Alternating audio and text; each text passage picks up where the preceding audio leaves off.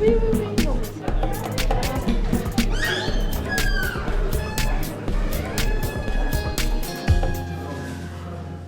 Au CLEPT, l'étude n'est pas un endroit où chacun fait ses devoirs dans son coin. Un professeur l'encadre. Il n'est pas là non plus pour bien vérifier les tâches scolaires. Non, non, non, non, non. Il est là pour les stimuler, les guider dans leurs recherches, les inciter à être une ressource les uns envers les autres, bref, à être autonomes. Ils ne veulent plus être élèves? Rendons-les étudiants. C'est aussi ça l'élitaire. Les logarithmes par rapport à l'exponentielle, donc tu peux avoir une petite formule, puisque c'est l'inverse. C'est effectivement... Tu l'as fait celui-là? Je l'ai commencé, ouais. Ouais. Mais effectivement, c'est... T'as raison, c'est le même type de mode de calcul qu'il faut faire. Tu sais pas résoudre une équation avec les exponentielles. Tu sais résoudre avec les logarithmes, il faut que tu retrouves ta formule. Marine, je dis Formule, il n'y a pas de formule là. si vous avez une formule dans votre cours qui vous permet de passer de l'expo au logarithme. Non, non, t'as même pas besoin de la calculer, tu peux pas la résoudre. Tu peux pas la résoudre, il faut utiliser le théorème des valeurs intermédiaires. C'est pour quel x alors, Marine? Je l'ai mis là, pour x égale 2,81. Donc en fait, t'as pas de calcul à faire. Non, t'as pas de calcul à faire. C'est pour l'exercice. T'as pas de calcul. J'essaie de retrouver... Et c'est montrer que. Voilà, c'est montré que c'est pas calculé. Donc t'as pas de calcul à faire. Mais là, je vois pas comment vous avez fait. Bah, Marine, ce qu'elle a fait, c'est pour moi, ça, Marine, j'arrive. Ouais, c'est pour. Moi, je me souviens de ce moment, moi, celui que j'ai apprécié, c'est celui où j'apprends à faire des maths avec eux parce que, en fait, je suis pas en position. Enfin, je viens pour essayer de les aider, mais en fait, je sais pas vraiment ce qu'il y a à faire. Et où c'est Marine, justement, qui arrive à me faire comprendre les attentes de leur exercice. Et c'est grâce à ça que j'ai pu accompagner Oriane, quoi. Donc, c'est ces moments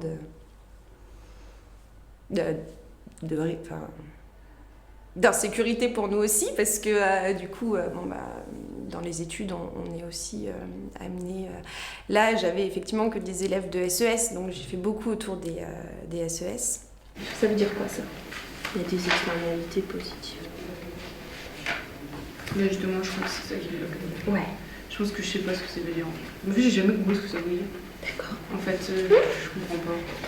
Ouais. Tu dirais ça comment, toi? Je sais pas, moi je vois ça comme un résidu. Mais tu vois, en fait, je confonds par rapport à l'année dernière le résidu et l'externalité. En fait, pour moi, c'est la même chose. Là, c'est le truc qui reste et qu'on sait pas quoi en faire. On sait pas comment l'appeler.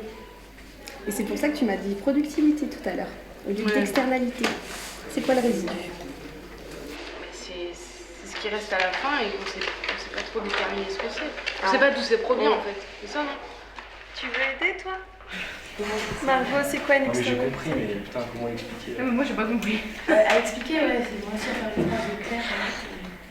Donnez-moi un exemple. Si vous n'arrivez pas à m'expliquer. Mais c'est le fait comment? qu'un agent il fasse quelque chose et que ça agisse sur d'autres agents sans qu'il ait demandé, en gros. Ah, mais c'est ça? Externalité, c'est un effet externe, effectivement. Alors là, on est encore dans le flou. Le fait qu'un agent fasse quelque chose sans qu'il soit vraiment concerné. Donc on précise, c'est quand l'action d'un agent a des conséquences sur un autre agent sans qu'il soit concerné au départ par cette dernière. Exemple.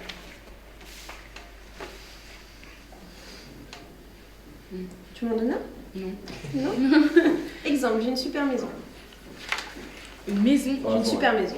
Comment tu vas agir sur les autres? Attends. Ok. Demain, la SNCF, sans me demander mon avis, fait passer une raille de train devant chez moi. Ça Ça te fait des boules, quoi. ça te fait des boules. Pourquoi ça te fait des boules, Marie? Bah, t'as pas envie d'avoir le train près de toi? Pourquoi t'as pas envie d'avoir Le bruit. Donc tu vas avoir des... Ouais. Donc l'investissement de la SNCF va avoir des externalités négatives sur toi. À la Non. base, tu faisais pas partie de leur projet, d'accord, hein? Par contre, ça va faire le bruit, puis une deuxième conséquence, c'est quand même le prix de ta maison, il risque de diminuer. Hein. Maintenant, donne-moi une externalité. Alors, une externalité qui serait plutôt positive. Lucas.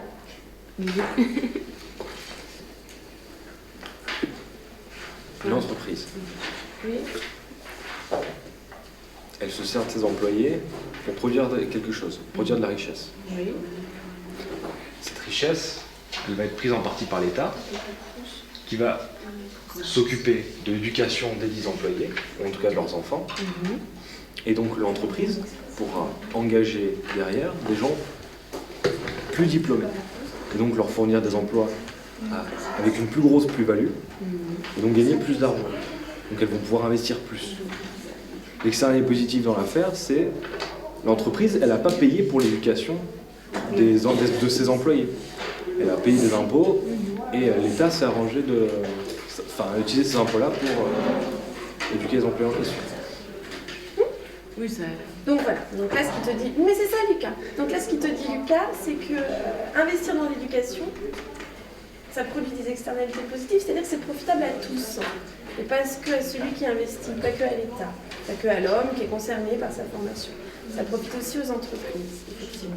Là, c'est vrai, Marine, par exemple, effectivement, j'ai perçu grâce à ça que résidus, externalité et productivité, elle ne savait pas effectivement du tout ce qu'elle mettait derrière. Après, c'est compliqué de savoir comment... de mettre des mots sur qu'est-ce qui se passe à cet instant-là qui fait que je perçois. C'est vrai que cette notion, elle était pas facile à comprendre. Mais en plus, surtout que je l'avais déjà pas compris l'année d'avant. Du coup, je pense que c'est pour ça qu'elle a vraiment voulu que je comprenne. Et c'est vrai qu'au premier abord, je n'avais pas trop envie qu'on rentre dans le vif du sujet. J'avais envie allez, me laisse tranquille au plus vite et voilà. J'ai trouvé riche aussi ce moment-là où, voilà, par contre, on voit que c'est de la vie l'étude. Hein. Je veux dire, là, je suis assise, je me déplace, et puis ils réagissent, ils s'aident mutuellement là sur les exemples autour des externalités. Finalement, c'est Margot qui rebondit à Lucas, à Marine. Donc là, ils apprennent vraiment ensemble aussi, et sans moi.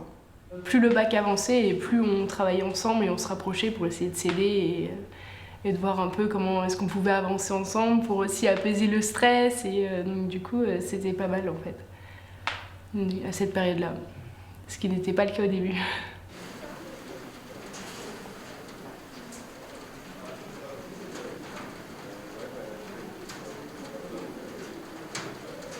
Ça vous interroge? Ça vous surprend? Faites un commentaire. La semaine prochaine, nous suivrons une grand-mère aux prises avec les administrations. Oui, non.